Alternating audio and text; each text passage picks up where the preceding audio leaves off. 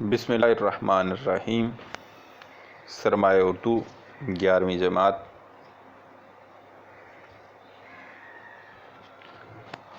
آج ہم جس نثر کے سبق کا مطالعہ کریں گے اس کا عنوان ہے سفارش، اور اس کے مصنف ہیں احمد ندیم قاسمی۔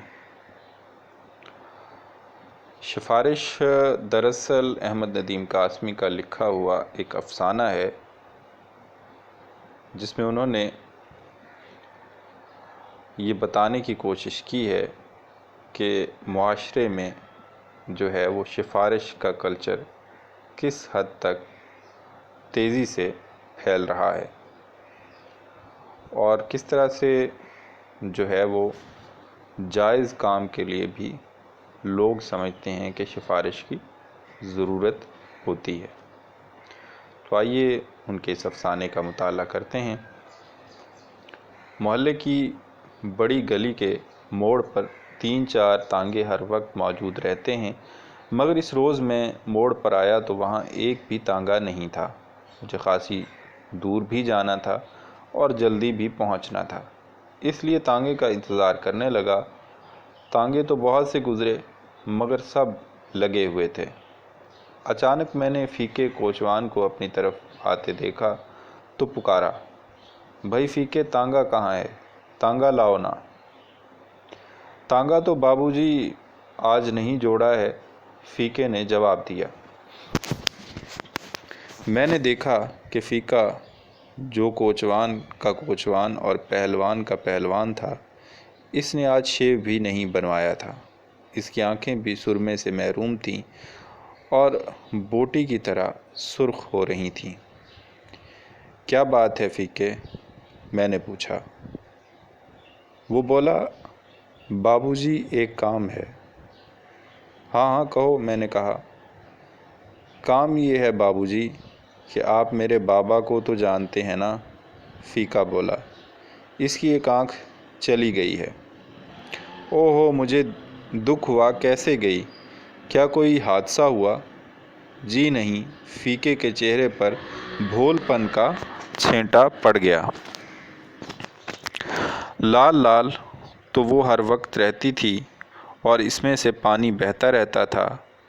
آپ تو جانتے ہیں، آپ تو بابا کے ساتھ کئی بار تانگے پر بیٹھے ہیں۔ تو بابو جی کل کیا ہوا کہ بابا مصری شاہ میں سے گزرا تو ایک حکیم سرما بیچ رہا تھا۔ بابا یہ سرما لے آیا اور ہمیں بتایا کہ اس سے آنکھ کی لالی جاتی رہے گی۔ حکیم نے خدا رسول صلی اللہ علیہ وآلہ وسلم کی قسم کھا کے کہا ہے، اور یہ بھی کہا ہے کہ نہ جائے تو قیامت کے دن مجھے گردن سے پکڑنا۔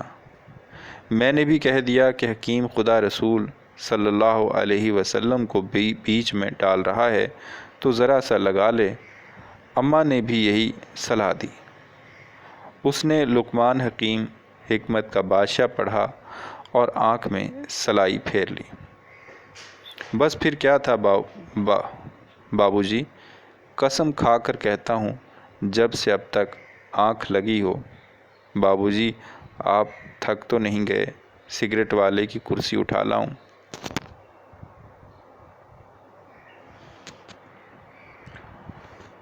اس وقت فیکا مجھے ایسا لگا جیسے اس کے چوڑے چکلے سینے پر گڈے کا حیران سر رکھا ہوا ہے۔ میں نے کہا، تم بھی حد کرتے ہو فیکے، اب آگے بھی کہو نا۔ فیکے کی آنکھوں میں ممنونیت کی نمی جا گئی۔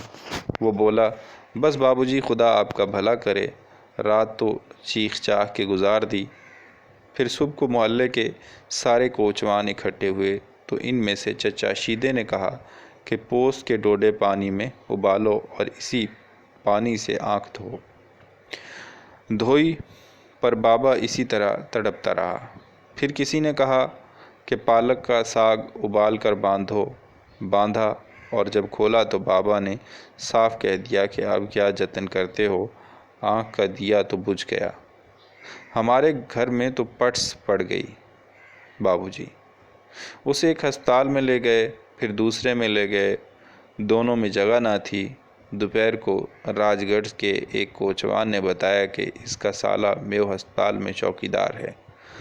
اس کی سفارش سے جگہ تو مل گئی پر برانڈے میں وہ بھی کوئی ایسی بات نہیں، پر بابو جی شام ہونے کو آئی ہے اور ابھی تک کوئی ڈاکٹر تو کیا کوئی نرس بھی ادھر نہیں آئی۔ آپ صاحب لوگ ہیں، یہ دیکھیے ہاتھ باندھ تھا۔ میرے ساتھ چل کر کسی ڈاکٹر سے یہ کہہ دیجئے کہ صدیقے مریض کو ذرا سا دیکھ لیں۔ میں نے کہا وہاں ایک ڈاکٹر ہے، ڈاکٹر عبدالجبار، ان سے میرا سلام کہو، کام ہو جائے گا، نہ ہوا تو کل میں تمہارے ساتھ چلوں گا۔ اس وقت مجھے ایک دعوت میں جانا ہے، نام یاد کر لو، ڈاکٹر عبدالجبار۔ فیقہ میرے بہت سے شکریہ ادا کر کے چلا گیا۔ پھر مجھے ایک خالی تانگا مل گیا۔ جب تانگا میو ہسپتال کے صدر دروازے کے سامنے سے گزرا تو میں نے دیکھا کہ فیقہ ایک چوکیدار سے باتیں کر رہا ہے۔ ظاہر ہے کہ ڈاکٹر جبار کا پتہ پوچھ رہا ہوگا۔ ایک بار جی میں آئی کہ ہسپتال جا کر جبار صاحب سے کہہ دوں، مگر اب تانگا آگے نکل گیا اور مجھے پہلے ہی دیر ہو گئی تھی۔ کچھ دور جا کر گھوڑا پھسل کر گرا اور 10 منٹ تک گرا رہا۔ پھر جب اٹھا اور چلنے لگا تو یکایک جبار صاحب کا سکوٹر میرے تانگے کے قریب سے زن سے گزر گیا۔ جبار صاحب، میں چلایا، مگر جبار صاحب میری آواز سے تیز نکلے۔ کوئی بات نہیں، میں نے سوچا، کل کہہ دوں گا، کل پہلا کام ہی یہی کروں گا۔ رات کو میں گھر واپس آیا تو معلوم ہوا کہ فیقہ کوچوان آیا تھا اور کہہ گیا تھا کہ بابو آئیں تو مجھے بلا لیں۔ میں نے سوچا اس وقت کون بلائے؟ اگر جبار صاحب ہسپتال ہی کو جا رہے تھے اور فیقے کا کام ہو گیا ہے تو شکریہ صبح قبول کر لوں گا، اور اگر کام نہیں ہوا تو بھی کوشش ہوگی صبح ہی کو ہوگی۔ صبح کو میں ابھی بستر سے نہیں نکلا تھا کہ فیقے نے دروازہ کھٹکھٹایا۔ معلوم ہوا کہ رات جبار صاحب ڈیوٹی پر نہیں تھے، ان کی ڈیوٹی آج دن کی ہے، یعنی تمہارا باپ دسمبر کی سردی میں براندے ہی میں پڑا رہا۔ میں نے اپنے انداز میں تشویش ظاہر کی۔ جی ہاں، وہ بولا، مگر یہ تو کوئی ایسی بات نہیں بابو جی، آپ نے ہمارا گھر نہیں دیکھا، 10 سال سے چھپر میں پڑے ہیں، اور اس کی آنکھ؟ میں نے پوچھا۔ وہ تو چلی گئی بابو جی، فیقہ یوں بولا جیسے اس کے باپ کی آنکھ کو ضائع ہوئے برسوں گزر چکے ہیں۔ میں نے کہا جب آنکھ جا ہی چکی ہے تو بیچارے بوڑھے کو ہسپتال میں کیوں گھسیٹتے پھرتے ہو؟ وقت بھی ضائع ہوگا، روپیہ بھی ضائع ہوگا۔ فیقہ بولا، بابو جی کیا پتہ آنکھ کے کسی کونے خدرے میں بینائی کا بھورا پڑا رہ گیا ہو۔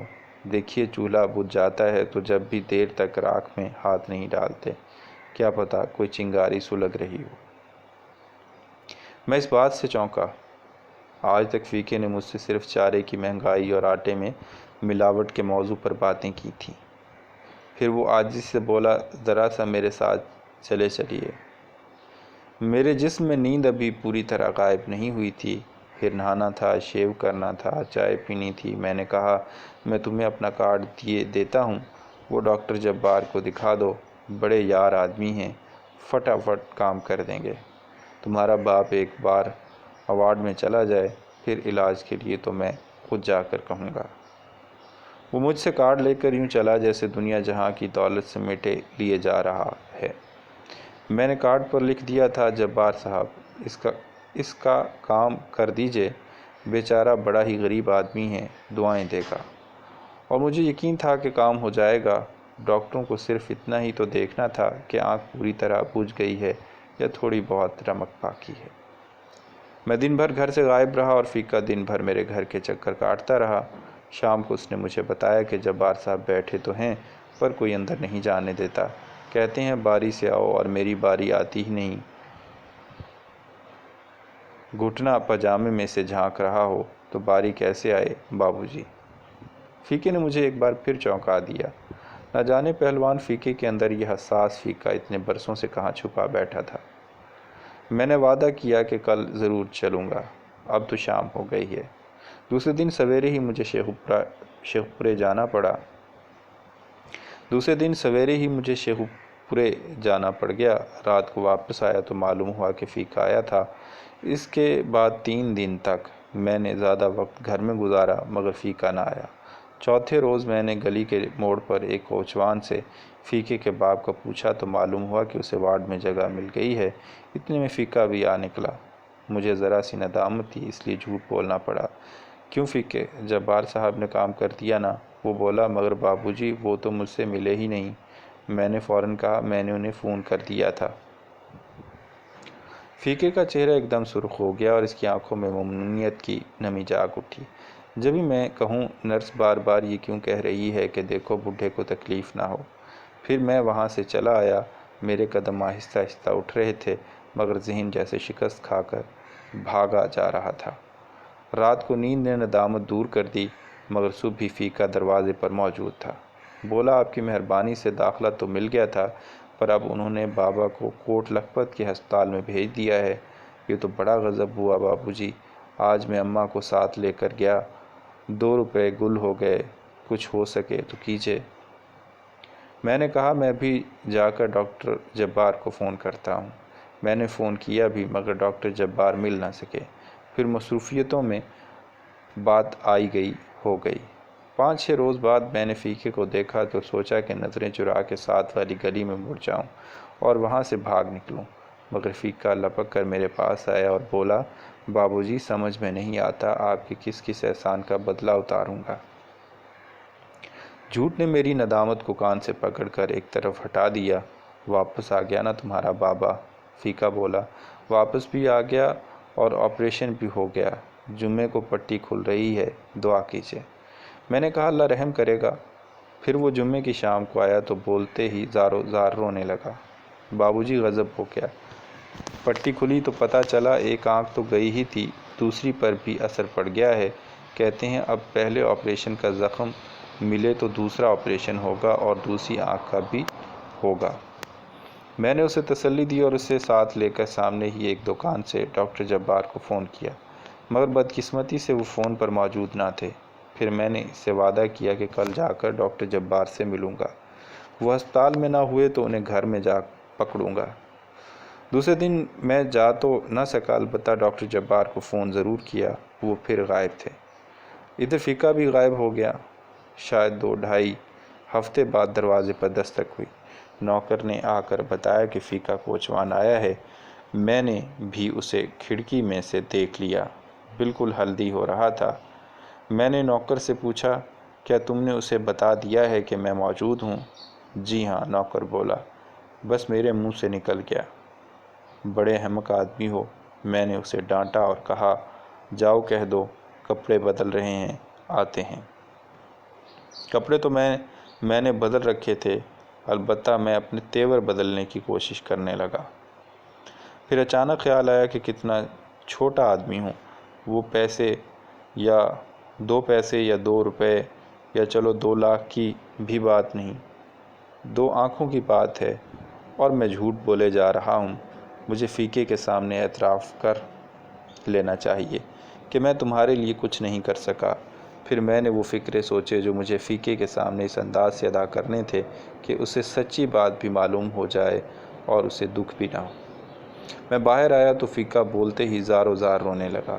بابوجی، کچھ سمجھ میں نہیں آتا۔ اس کی آواز بھر آ گئی۔ میرے سوچے ہوئے فکرے ایک دوسرے سے گتھم گتھا ہو گئے۔ بامشکل میں نے کہا، فیقے بات